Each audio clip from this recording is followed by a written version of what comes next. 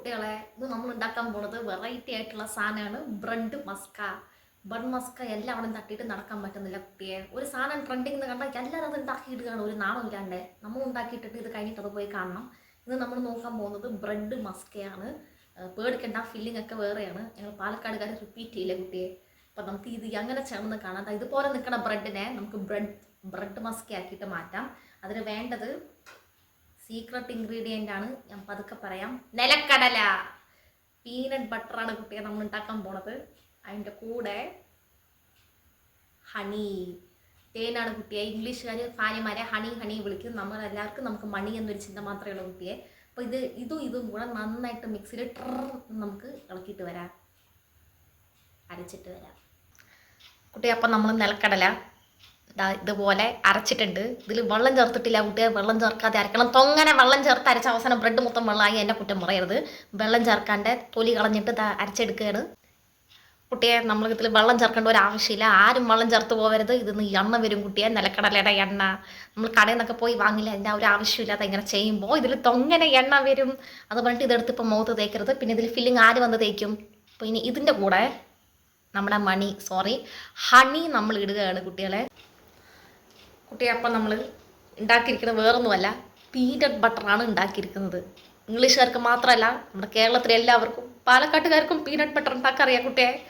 ഇതിന് നമ്മൾ നേരത്തെ പറഞ്ഞ പോലെ തന്നെ നിലക്കടലയുടെ കൂടെ തേനിട്ട് അരച്ച്, പിന്നെ അതിൻ്റെ കൂടെ മുളക് പൊടി, മല്ലിപ്പൊടി, ഗരം മസാല ഒന്നും വേണ്ട, തുള്ളി ഉപ്പും കൂടെ ഇട്ട് അരച്ചാൽ മതി. പീനട്ട് ബട്ടർ റെഡിയായ കുട്ടികളെ. ഇത് നമ്മൾ ബ്രെഡിലിട്ട് തേക്കുക. നമ്മൾ ഓർക്കേണ്ട കാര്യം, ബൺ മസ്കയിൽ 3 ഇൻഗ്രീഡിയൻ്റ് ഉണ്ടായിരുന്നുള്ളൂ. ആരും അത് മറക്കരുത്. മറന്നെങ്കിൽ വീഡിയോ ഒന്നും കൂടെ പോയി കാണുക. പറ്റുകയാണെങ്കിൽ വേറെ ആരുടെയെങ്കിലും മൊബൈലും കൂടെ പോയി കാണുക, അപ്പോൾ വ്യൂ കൂടും. ഇതിനും അതേ വെറും 3 ഇൻഗ്രീഡിയൻ്റേ ഉള്ളൂ കുട്ടിയെ. നല്ല ടേസ്റ്റാണ് കുട്ടിയെ. കണ്ട വായിൽ വെള്ളം വരുന്നത്. അപ്പോൾ നമുക്കത് എങ്ങനെയാണെന്ന് നോക്കാം. അപ്പോൾ ആദ്യം ഒരു ബ്രെഡ് എടുത്ത് ഇതിൻ്റെ സൈഡെല്ലാം വെട്ടി മാറ്റാം കുട്ടിയെ. നമ്മൾ ഒരു സ്പൂൺ നമ്മുടെ ഫില്ലിങ് എടുത്തിരിക്കുകയാണ്. ആദ്യം ഒരു സ്പൂൺ വെച്ച് തേക്കുക. തൊങ്ങനെ തേച്ച് പിന്നെ അവസാനം ഫില്ലിങ് ഉണ്ടാകാതിരിക്കരുത്. അതുകൊണ്ട് ആദ്യം നമ്മൾ ഒന്ന് വെച്ച് തേക്കുകയാണ് കുട്ടികളെ. ബാക്കി അമ്മ തേച്ച് തരുന്നതായിട്ട് അതിന് ശേഷം നമുക്ക് കാണാം. അപ്പം നമ്മൾ 2 സ്പൂണ് തൊങ്ങനെ എടുത്ത് തേച്ചിട്ടിട്ട് എല്ലാവരും തൊങ്ങനെ തന്നെ കഴിക്കട്ടെ. അതിന് ശേഷം ഇതല്ല കുട്ടികളെ. അതിന് ശേഷം നമ്മൾ ഈ തേൻ എടുക്കുക. ഈ തേൻ എടുത്തിട്ട് തുള്ളി മതി കുട്ടിയെ, ജാസ്തി എടുക്കരുത്. അവസാനം തേൻ മാത്രമായി പോവും. ഇതുപോലെ ഒരു വട്ടം വരയ്ക്കുക. നിങ്ങൾക്ക് ഇഷ്ടമുള്ള ഷേപ്പ് വരയ്ക്കുക കുട്ടിയെ. ചതുരോ റെക്ടാങ്കിളോ ട്രയാങ്കിളോ എന്ത് വേണമെങ്കിലും വരയ്ക്കുക. അവസാനം സ്റ്റാർ വരച്ച് തേൻ മൊത്തം തീർക്കരുത് കുട്ടിയെ. 4 ബ്രെഡും കൂടെ ബാക്കിയുണ്ട്. അതിന് ശേഷം നമ്മൾ ഇത് വെച്ചിട്ട് അങ്ങ് മൂടുക. ഇങ്ങനെ മൂടരുത്, സ്നേഹത്തോടെ മൂടുക കുട്ടി. ഇതിൽ നമ്മൾ മനസ്സിലാക്കേണ്ട കാര്യം വേറൊന്നുമല്ല കുട്ടിയെ. പീനട്ട് നമ്മുടെ ആരോഗ്യത്തിന് വളരെ നല്ലതാണ്.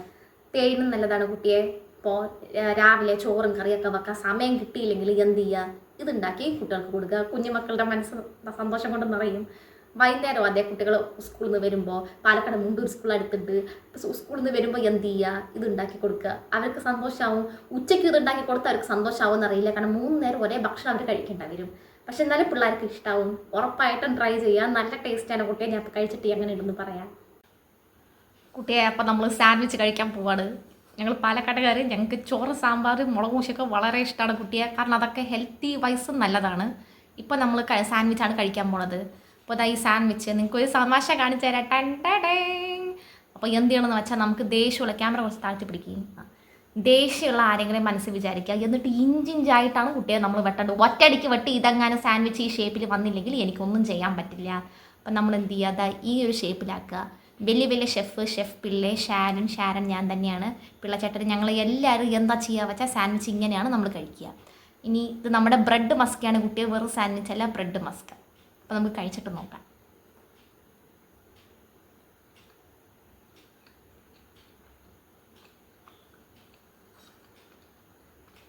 ഒരു രക്ഷയുള്ള കുട്ടിയെ. നല്ല ടേസ്റ്റാണ്.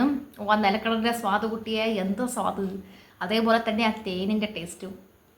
അലിഞ്ഞു പോവാണ് കുട്ടിയെ, അലിഞ്ഞു പോവാണ്. അപ്പോൾ കുട്ടിയെ ഇതിപ്പോൾ ട്രെൻഡിങ് ആയിട്ടില്ല. കാരണം ഇത് ഞങ്ങളുടെ തന്നെ റെസിപ്പിയാണ്. പക്ഷേ ഞാൻ തമ്മിൽ ട്രെൻഡിങ് ഇടുന്നുണ്ട്. ഞാൻ നിഷ്കളങ്കരാണ് കുട്ടിയെ, അതുകൊണ്ടാണ് ഞങ്ങൾ സത്യം പറഞ്ഞത്. അപ്പോൾ എന്തായാലും എല്ലാവരും ഇത് കഴിച്ചു നോക്കി. അസല റെസിപ്പിയാണ്. നിങ്ങൾക്ക് ഉറപ്പായിട്ടും ഇഷ്ടമാവും. കുട്ടികളെ. അപ്പോൾ സുരേഷ് ഗോപി ഇത്തിരി താഴ്ത്തി. ഇപ്പോൾ സുരേഷ് ഗോപി ചേട്ടൻ പറഞ്ഞ പോലെ ഇപ്പൊ പോകുന്നു, ഹിമയും വരും, ദേ പോയി, ദാ വന്നു. സുരേഷ് ഗോപി ചേട്ടാ എന്നോട് ക്ഷമിക്കും. അപ്പോൾ നമുക്ക് ബ്രെഡ് മസ്ക കഴിക്കാം. അപ്പോൾ അടുത്ത വീഡിയോയിൽ കാണാം. See you in the next video. Like, share and subscribe.